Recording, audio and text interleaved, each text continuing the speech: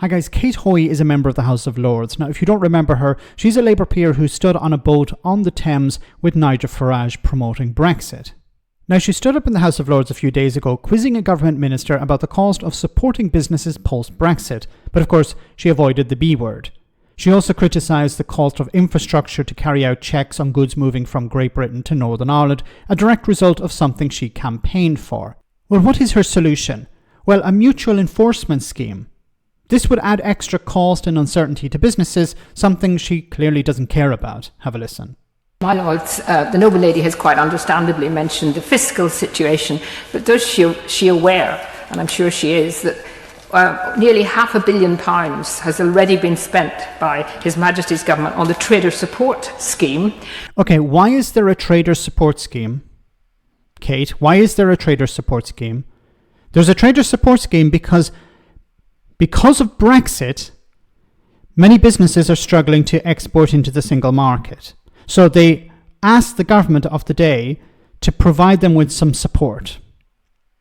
£500 million to help businesses continue to trade with the European Union, even though they didn't have to suffer these costs before that.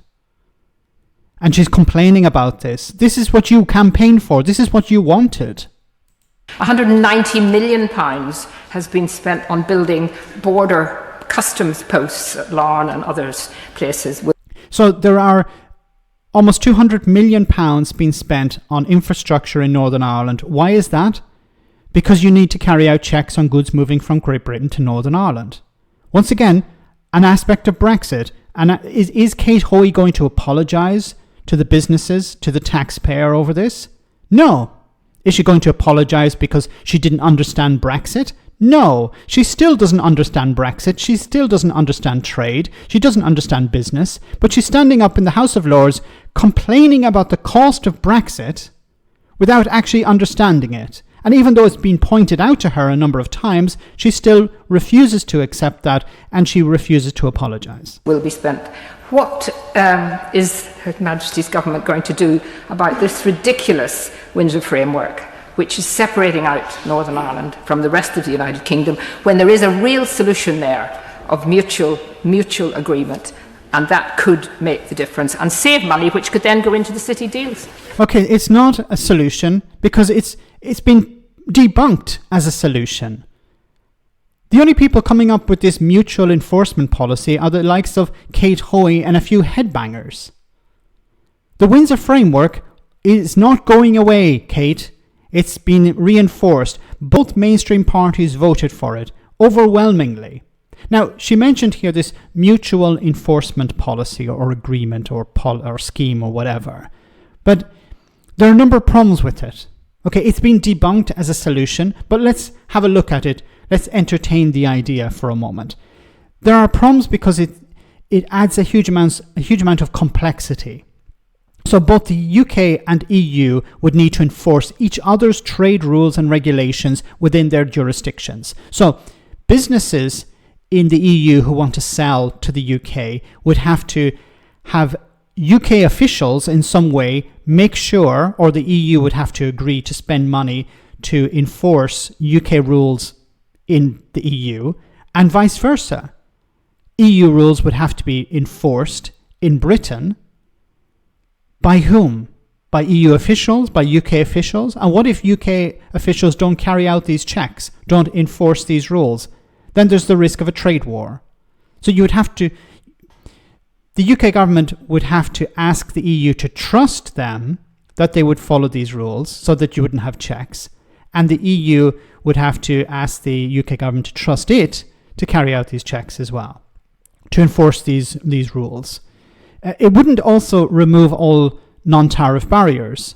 So because there would be different standards, there's still a risk that non-tariff barriers would remain. There's the issue of the European Court of Justice when it comes to disputes. And of course, the biggest issue of all, of course, would be the cost to businesses.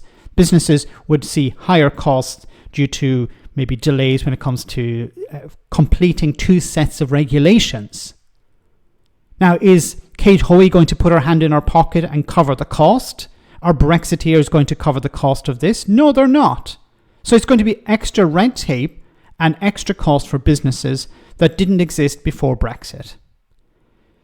It has been debunked as a solution. It's not going anywhere. The Windsor framework is the only game in town.